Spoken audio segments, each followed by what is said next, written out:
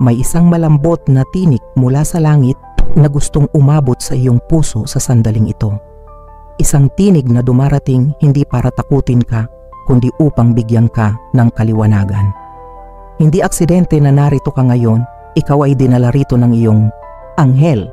Huwag mong hayaang lumipas ang mensaheng ito nang hindi mo ito naririnig hanggang sa dulo. Sapagkat sa huling salita, nandoon ang kabuuang kapangyarihan ng pagpapalang inilalaan para sa iyo. I-like mo ang mensaheng ito kung ito'y sumasalamin sa iyo. At kung nararamdaman mong may isa pang kaluluwang nangangailangan nito, huwag kang mag-atubiling i-share.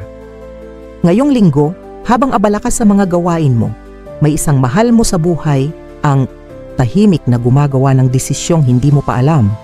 Ngunit ang iyong anghel, siyang tagapagtanggol mo sa kalangitan, ay muling bumaba upang ihatid ang revelasyon ukol dito.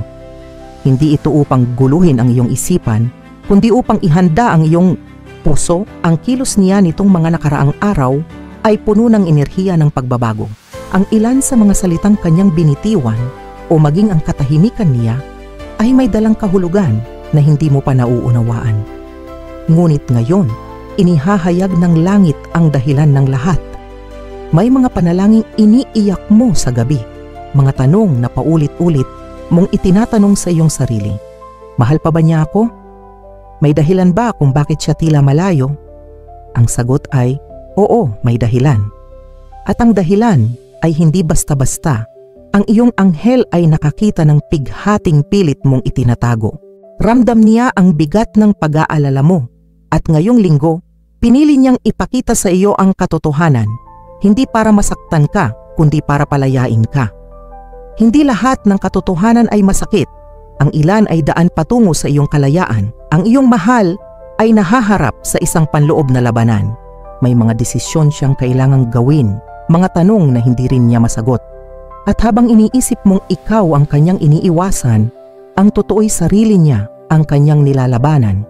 Alam ito ng iyong anghel. Ngunit bakit mo kailangang malaman ito? Sapagkat may bahagi ka sa prosesong ito. Ikaw ang ipinapanalangin sa langit, hindi lamang para protektahan, kundi upang liwanagan. Hindi mo kailangang habulin ng taong lumalayo, kailangan mo lang manindigan sa katotohanan ng iyong halaga. Ipinapaalala ng iyong anghel na hindi ka kailanman iniwan ng langit. Kahit sa mga sandaling tila walang pumapansin sa iyo, may mga nilalang na walang hintong nagbabantay sa iyo. At ngayong linggo, isa sa kanila ang kumilos upang ipaalam sa iyo ang katotohanang may ginagawa ang iyong mahal, at ito ay may epekto sa inyong hinaharap.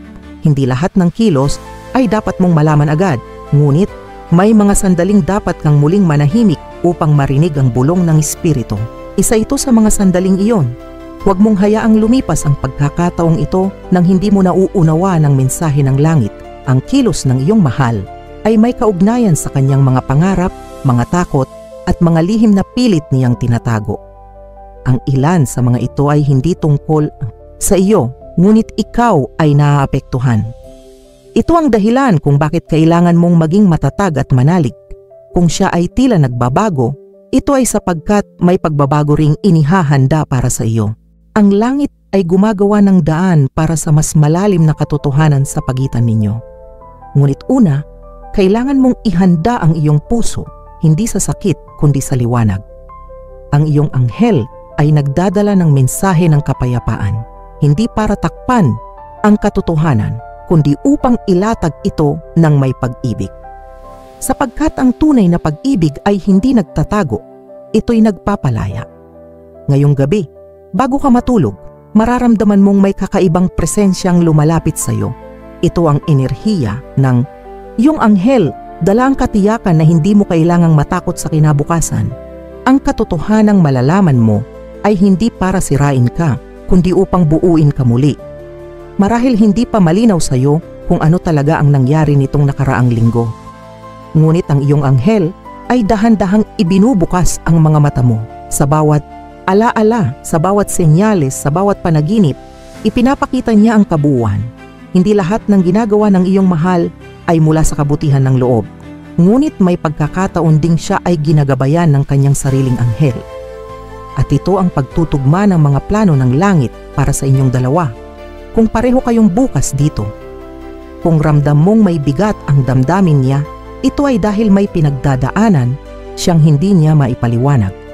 Ang iyong papel ay hindi upang ayusin siya, kundi upang maging ilaw sa gitna ng kanyang dilim. Maging tahimik ngunit manalangin. Ang iyong pananahimik ay hindi kahinaan. Ito ay isang sandatang ginagamit ng langit upang makialam ng mas makapangyarihan. Hindi kailangang palaging may salita. Minsan, ang pananampalataya mo ang nagsasalita sa halip. May pagkakataong siya ay dumadalangin ng palihim.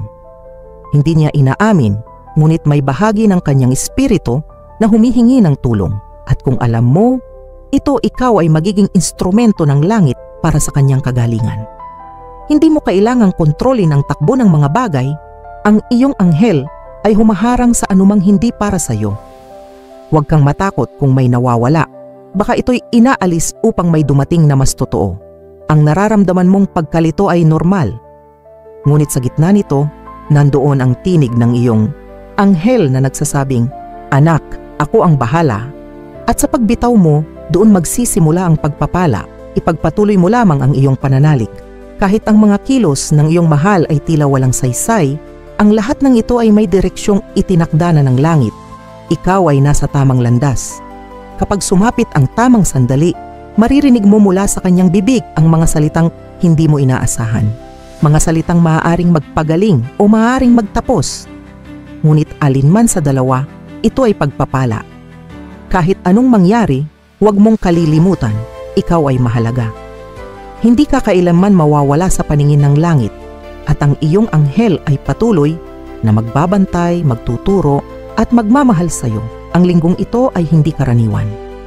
Maraming lihim ang unti-unting inilalantad, kaya't huwag kang bibitiw sa pananalig sapagkat nasa gitna ka ng isang espiritual na paghahayag na magbabago sa iyong buhay. At kung sa dulo ng lahat ng ito, naramdaman mong may kapayapaang dumaloy sa puso mo, iyon ay tanda ng pagkilos ng iyong anghel. Isa itong patunay na ang langit ay kumikilos kahit sa gitna ng katahimikan. Manatili kang bukas sa mga tanda. Ang mensahe ay hindi patapos. Mahaaring sa susunod na sandali, may isa na namang revelasyong ipapadala sa iyo. Maghintay ka lamang, may kasunod pa ito. Bawat pananahimik ng langit ay hindi kawalan ng sagot, kundi paghahanda sa isang sagot na higit pa sa iyong hinihintay. Kung minsan, ang sagot ay dumarating hindi sa anyo ng salita, kundi sa pagbabago ng damdamin mo sa pananahimik ng puso sa katahimikan ng paligid. Ang iyong anghel ay patuloy na gumagalaw sa mga lugar na hindi mo kayang abutin. Nilalambungan ka niya ng proteksyon, hindi lamang sa pisikal, kundi higit sa lahat sa emosyonal na aspeto ng iyong buhay. Kapag tila naguguluhan ka, tandaan mong ang pagkalito ay bahagi ng pag-unlad. Ang kilos ng taong iniibig mo ay maaaring tila pabago-bago, ngunit sa espiritual na antas may layunin ang bawat kilos. Kung hindi mo ito nauunawaan ngayon, huwag mo munang pagdudahan ang iyong sarili. Hindi ka nagkukulang, ikaw ay inilalapit sa katotohanan. May mga sandaling ang pinakamagandang gawin ay ang maghintay. Sapagkat sa paghihintay, pinapanday ang tibay ng loob, pinapanday ang pananampalataya, at higit sa lahat, pinapanday ang puso para sa mas dakilang pagmamahal na darating.